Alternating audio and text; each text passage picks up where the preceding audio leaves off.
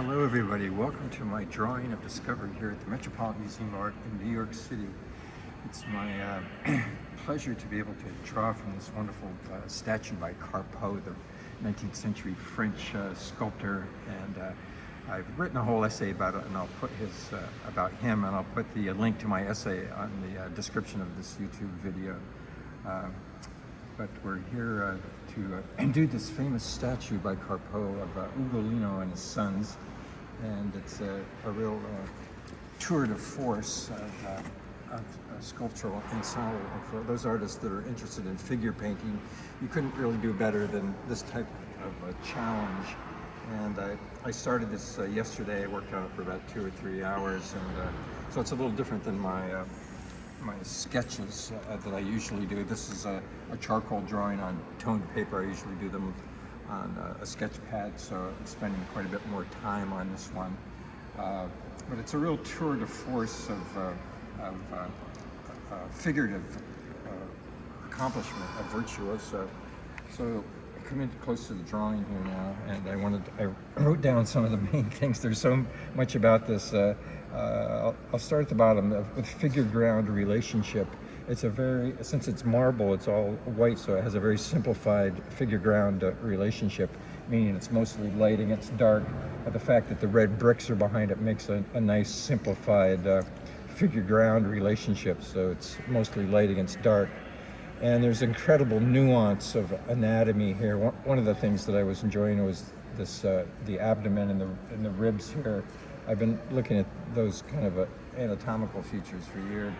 So that's one of the other advantages of working from a highly accomplished piece of sculpture, that everything is so worked out in such incredible detail and nuance. And you would never see this kind of realization in a figure. It's probably more realized here in this work of art. So another thing is space and negative space. This is an example of negative space, the dark between the light, and then there's a little one here. There's various other examples of negative space. So it refers to the space between the anatomical aspects. Reflected light, even though it's a marble, the reflected light is kind of minimal here. With right here's an example of reflected light, with the light bouncing back. So it's an example of a core of the shadow. Here's another example of core of the shadow. So we have light, core of the shadow, and then reflected light here. And as I'm looking at it, the core of the shadow kind of comes down through here. What else do we have here? Oh, perspective. I've included the background here, so I have the orthogonal lines and the perspective to show where my eye level is. This is my eye level down here, and hence all these orthogonal and perspective lines lead up and angle down to the eye level and the vanishing point. And another thing, I have these verticals here, and these verticals become very important, so I can measure the degree of slants, tilts, and angles here. So it's a background, but it's a functional background, because these verticals help me to assess the degree of slant and tilt and angle of all of these other features. It's an ensemble, so I have he has a complex rhythmic ensemble, and there's 2 other figures on the other side that we don't see from here, so it's a real tour de force of interrelationships. And another thing I have here is what I call my dynamic lines here. And it's sort of to suggest the dynamics of these 2 figures. This is an interesting figure here too, with the head tilted back like that.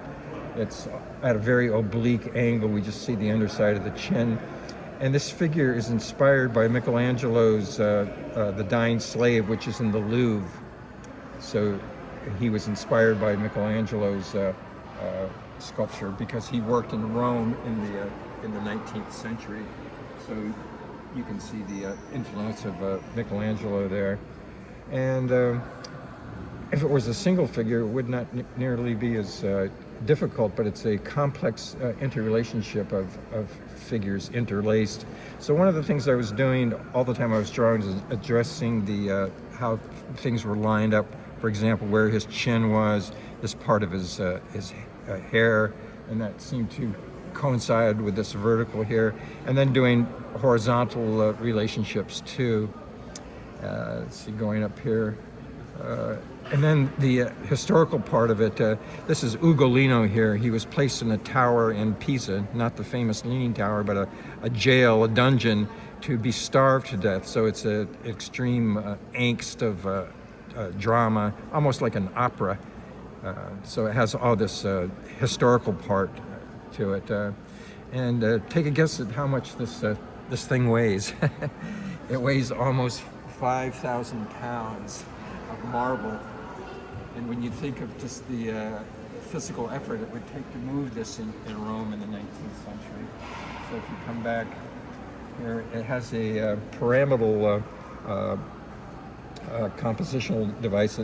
It's even more apparent from other angles of this pyramid of composition. And then the pose of him chewing his fingers, of Ugolino in extreme angst here, chewing his fingers. And that was a very challenging thing to do with the hands. And but that pose is taken directly from Dante's Inferno. And now while I'm thinking about it, the appendages is the toes. I started to do the toes, but the toes even express angst and worry. And so that's an interesting anatomical detail that Carpo included. Okay, if you can come back here again. And it's from the 32nd canto of Dante's Inferno. And he was put in jail because of betraying his native city of Pisa. He made a deal with Archbishop Ruggieri, and he reneged on it. And so he was consigned to hell. In the worst part of hell, in the canto of 32, he's viewed there chewing on the head of Ruggieri in the lowest bed of hell. So it has that extreme operatic aspect to it. And the light source, and the last would be there's a nice light source here of an incandescent light. And I've included there's another Carpo statue back here, so if you can look here, I've sketched from her before this a black woman here, and I've included, I did a quick sketch of a guy reading the plaque here, the label. And about my tools here, I'm using charcoal pencils and a white charcoal pencil. One is a soft pencil and one is a medium. And then the last thing that I did was the highlights. I have a white charcoal pencil. And since the paper is tinted, it helps to articulate the